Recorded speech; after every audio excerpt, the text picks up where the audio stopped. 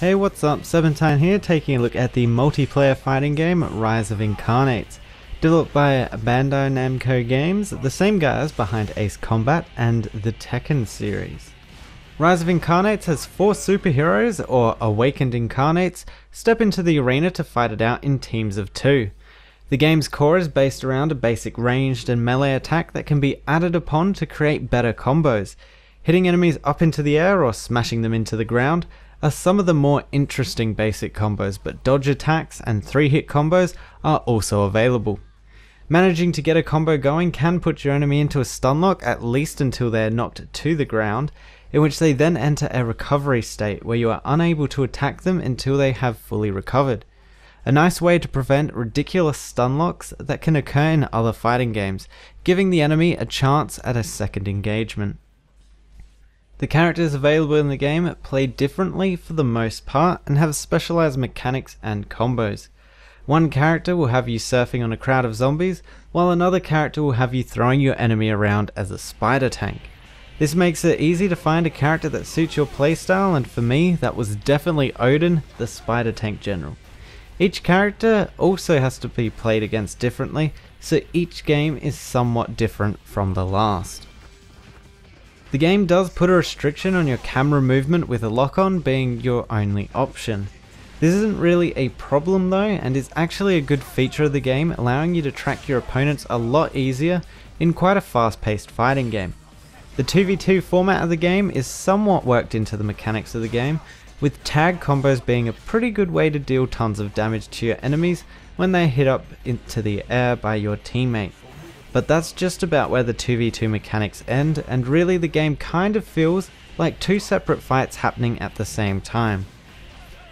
Your character can die in game if you take enough hits, and your life bar is reduced to 0. You'll come back though as long as there is enough energy resources available for you to respawn. If there isn't, you will respawn with only a fraction of your max health, or if your resource pool is absolutely 0, your team will lose the match. Matches themselves only last around 5 to 10 minutes, which does feel rather short, but then again most fighting games have relatively short matches. Actually finding a match at the moment does take quite a while, due in part because of the low player base in its development stages and the game's poor matchmaking system. The current free-to-play model in the game involves a weekly incarnate rotation where 2 of the 6 characters will be available to play completely free. If you want to unlock a character permanently, you will have to pay $9 or your regional equivalent. There isn't any other way to unlock them with any kind of in-game currency, and really, you can only buy ruins with the in-game currency, at least at the moment. I do think the game should offer a way to unlock characters for free, whether it be through in-game currency or even a token system that we've seen employed in Nosgoth, especially considering the vast amount of customization options that I imagine will be available on release.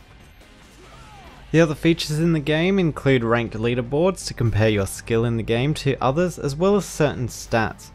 You can also create guilds or groups called circles to play with people you know and can trust in the 2v2 matchups. Customizing your characters with cosmetics is a pretty large part of the game's free-to-play model, and includes things like alternate heads, costumes, accessories, and even the character's weapon. Other than that, there are short video tutorials for you to learn how to use different characters effectively, and a sort of rune system that gives slight power-ups for each of your characters. If you're interested in the lore of the game, there is a webcomic series available over on the game's official website, along with a bunch of other world-building lore. Altogether, Rise of Incarnates is a good fighting game that is quick to jump into, but if you take the time, there is quite a bit of depth in each character's mechanics. However, there isn't a large amount of combos or moves to memorize and employ like in other fighting games. With the different character variations, it's easy to find one that suits your playstyle and start customizing them to your liking. One of the biggest problems at the moment with the game is the matchmaking, taking way too long to find a game. Other than that though, the game is pretty solid, especially for a free-to-play title. Anyway, that's been my player preview for Rise of Incarnates. The game will be officially releasing sometime this year. If you want to find out more about the game, check out the links below. Thanks for watching, and I'll see you guys next time.